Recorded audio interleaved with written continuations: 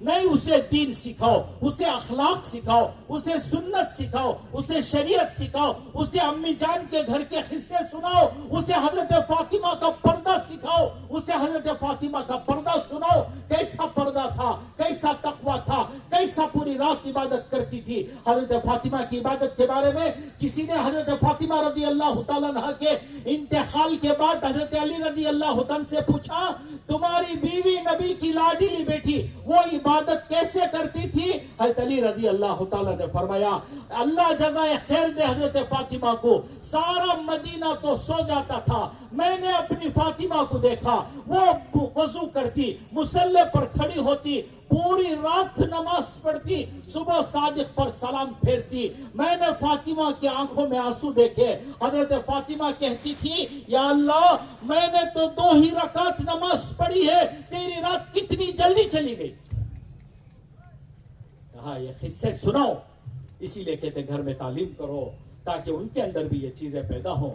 اخلاق سے, نرمی سے, محبت سے ان کو دین پر لانے کے لیے ان کی ذرا تعریف کرو, ان کو جنت تک پہنچانے کے لیے ذرا ان کے نخرے برداشت کرو. تم آج برداشت کر لو گے, کیا معلوم وہ تمہارے ذریعے سے جنت میں پہنچ جائے گی, تمہارے ذریعے سے جنت دیکھ لے گی, تمہارے ذریعے سے اللہ کی رضا تک پہنچ جائے گی. ہاں, اپنی بیویوں کا اخلاق سے, نرمی اور تواضع سے, عاجزی اور محبت سے, عاجزی اور محبت سے ان کو دین پر لگانا, اللہ کے راستے میں ان کو لے جانا.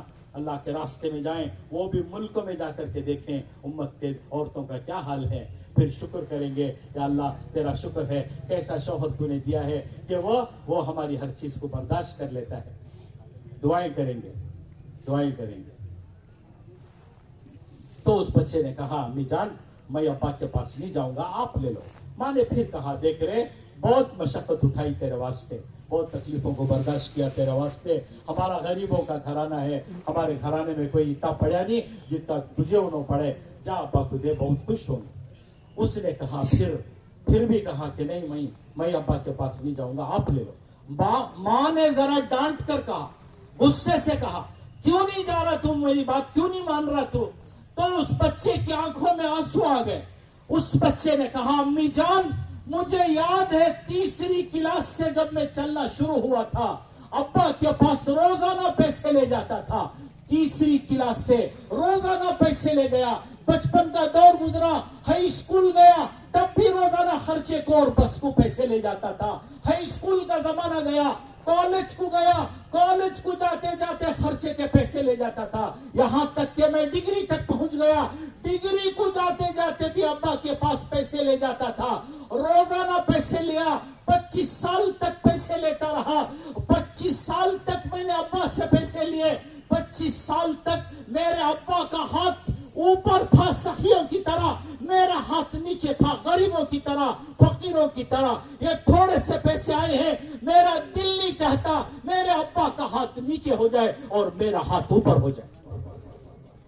میرے ابا کا ہاتھ نیچے, یہ پیسوں کی کیا حقیقت ہے؟ میرے ابا کا درجہ بہت بڑا ہے. میرے اس پیسوں کی کیا حقیقت ہے؟ میرے ابا نے جو میرے واسطے مشقت اٹھائی ہے وہ مشقت بہت بڑی ہے. یہ پیسوں کی کیا حقیقت ہے؟ میرے ابا کا رتبہ بڑا بلند ہے. میرے ابا کا رتبہ, میرے ابا کا درجہ بہت بلند ہے. اس کی عزت میرے دل میں ہے. یہ تھوڑے سے پیسے ہیں, میں لے جاؤں, میرے ابا کا ہاتھ نیچے ہو جائے اور میرا ہاتھ اوپر ہو جائے. میرا دل نہیں مانتا, میرا دل نہیں چاہتا, میں کبھی بھی ایسا نہیں چاہوں گا کہ میرے ابا کی عزت میں کمی آ جائے. یہ ہوتا ہے دین, یہ ہوتے ہیں اندر کے جذبے, یہ اندر کے جذبے ہوتے ہیں, جذبے کہ ایک اولاد ایسی ہو جائے. ایسی ہی اولاد کی تمنا کریں گے لوگ.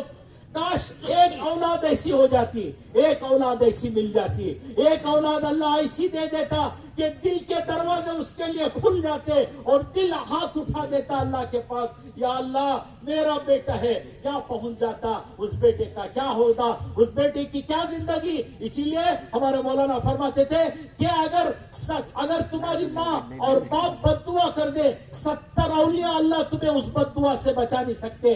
اگر تمہاری ماں اور باپ نے تمہیں دعا کر دی, 70 اولیاء اللہ کی بد دعا تمہیں نہیں لگ سکتی.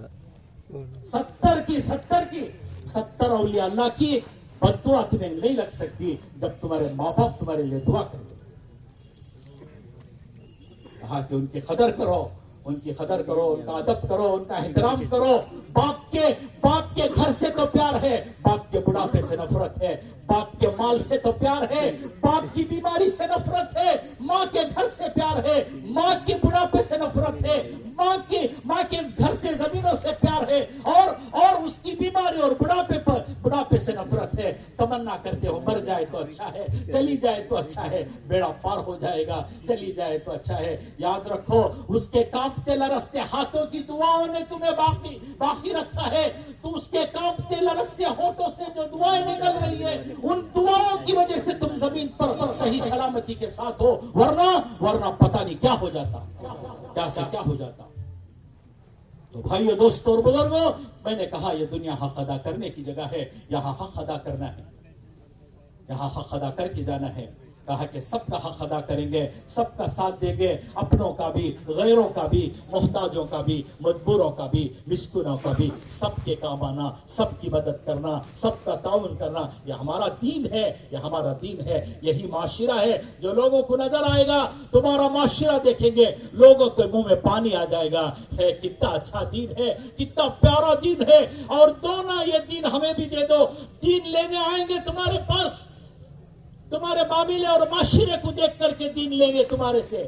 کیوں؟ کیونکہ علماء نے لکھا ہے کہ لوگ مسلمان کو سامپل سمجھتے ہیں.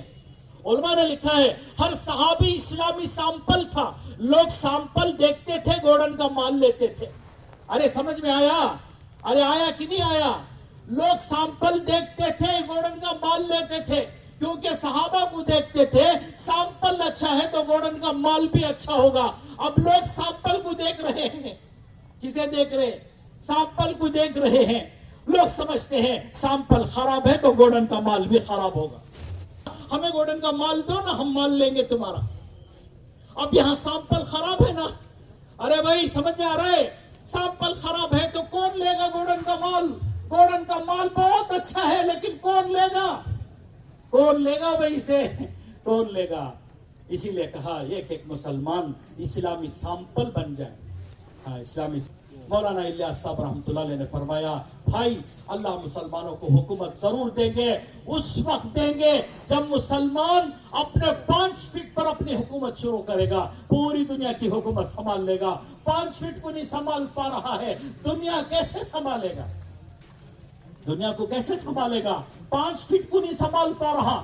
آنکھوں کو تمیز نہیں، کیا دیکھنا کیا نہیں دیکھنا. جو دیکھنا وہ بھی دیکھ رہا ہے، جو نہیں دیکھنا وہ بھی دیکھ رہا ہے. زبان کو تمیز نہیں، کیا بولنا کیا نہیں بولنا. جو بولنا وہ بھی بول رہا ہے، جو نہیں بولنا وہ بھی بول رہا ہے. کانوں کو تمیز نہیں، کیا سننا کیا نہیں سننا. جو سننا وہ بھی سن رہا ہے، جو نہیں سننا وہ بھی سن رہا ہے. فرماتے تھے جب 5 فٹ پر مسلمان اپنے آپ کو اپنی حکومت شروع کرے گا، اپنے آپ کو سنبھال لے گا تو دنیا سنبھال سکے گا. اپنے کو نہیں سنبھالے گا تو دنیا کیسے سنبھالے گا؟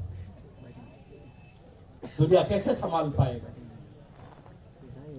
کہا بھائیو، دوستو، بزرگوں، یہی ہے. اگر وہ زندگی ہمارے اندر آ جائے، جو زندگی. ہاں، اسی لیے حضرت مولانا رومی رحمت اللہ علیہ فرمایا کرتے تھے، ایک بادشاہ باہر نکلتا ہے محل سے، اس کے سر پہ شاہانہ تاج ہوتا ہے، اس کے جسم پہ شاہانہ لباس ہوتا ہے. ایک بھنگی، ایک ٹوٹی بھی پہچان جاتا ہے یہ اس ملک کا بادشاہ ہے. اگر وہ بادشاہ اپنا تاج اتار کر محل میں رکھے، اپنا شاہانہ لباس اتار کر محل میں رکھے، اور ایک بھنگی کے کپڑوں میں باہر نکل جائے، اسے کون پہچانے گا کہ یہ بادشاہ ہے؟ اسی طرح آج مسلمان کا حال ہے. ہم نے قرآن کو طاق میں رکھا اور دین کو اٹھا کر قبرستانوں میں ڈال دیا، اور اپنے کو اٹھا کر کے پتہ نکال پھینکا ہے کہ زندگی ایسی لگ رہی ہے کہ کس کو نظر آئے گا دین؟ ہماری زندگی سے کس کو نظر آئے گا؟ ہماری تجارت سے کہاں نظر آ رہا ہے؟ اس لیے لوگوں کو دین نظر نہیں آ رہا ہے. جس طرح مولانا رومی رحمت اللہ علیہ نے لکھا ہے کہ اس بادشاہ نے اپنا شاہانہ لباس محل میں رکھا، اپنا تاج محل میں رکھا، باہر نکل گیا، کوئی اسے پہچاننے تیار نہیں ہے. ویسے ہی ہمارا مقام زمین پر بہت زیادہ ہے. ساری زمین پر مسلمان کو اللہ نے دل بنایا ہے. جیسے دل بگڑتا ہے تو جسم بگڑتا ہے، ویسے مسلمان میں بگاڑ ساری دنیا میں بگاڑ آیا ہوا ہے. ساری دنیا میں بگاڑ آیا ہوا ہے.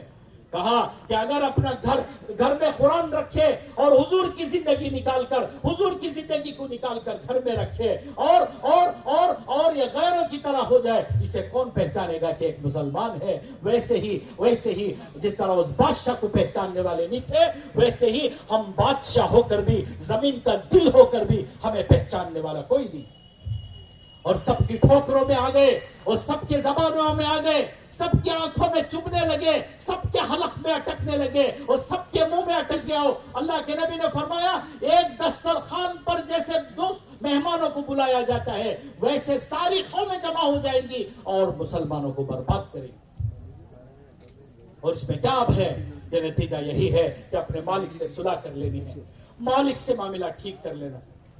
میں بھی، آپ بھی، ہم سب یہ اللہ سے دل میں کہہ دے کہ یا اللہ آج تک بہت ہم نے کر لیا، تیری زمین پر فساد کیا، تیرے سامنے گناہ کیے، تجھے دن و رات ناراض کیا، بہت غلطیاں ہماری ہیں، اے اللہ آج ہم بس کرتے ہیں، تو بھی بس کر دے۔ ہم بس کر دیں گے اپنی طرف سے، آپ بھی بس کر دیجئے اپنے حبیب کی امت پر۔ یہ حالات کا آنا، یہ دشمنوں کا ہم پر مسلط ہونا، یہ باطل کا ہم پر مسلط ہونا، آپ بھی بس کر دیجئے، ہم بھی بس کر دیں گے، ہم بھی بس کر دیں گے۔ وہ دل میں کہنا ہے ہاں کہ میں بھی بس کر دیتا ہوں، یا اللہ اب گناہوں سے میں باز آ جاؤں گا، میں بھی بس کر دوں گا۔ اب اپنے حبیب کی امت پر رحم کھائیے، اپنے حبیب کی امت پر ترس فرما کر اپنے حبیب کی امت کو معاف کر دیجئے۔ میں کیونکہ آپ سے صلح کر لوں گا، میں آپ سے معاملہ آج کے بعد ٹھیک کر لوں گا، کہ معاملہ میں ٹھیک کر لوں گا۔ جب ہم معاملہ ٹھیک کر لیں گے، مخلوق سے معاملہ ٹھیک کرا دیں گے، وہ مخلوق سے معاملہ ٹھیک کرا کے چھوڑیں گے، ہو جائے گا معاملہ۔ اسی لیے کہا کہ اجتماع میں بلایا گیا ہے، آؤ ہم سب مل کر کے اللہ سے صلح کر لیں، صلح کہ بھائی کر لیں گے اللہ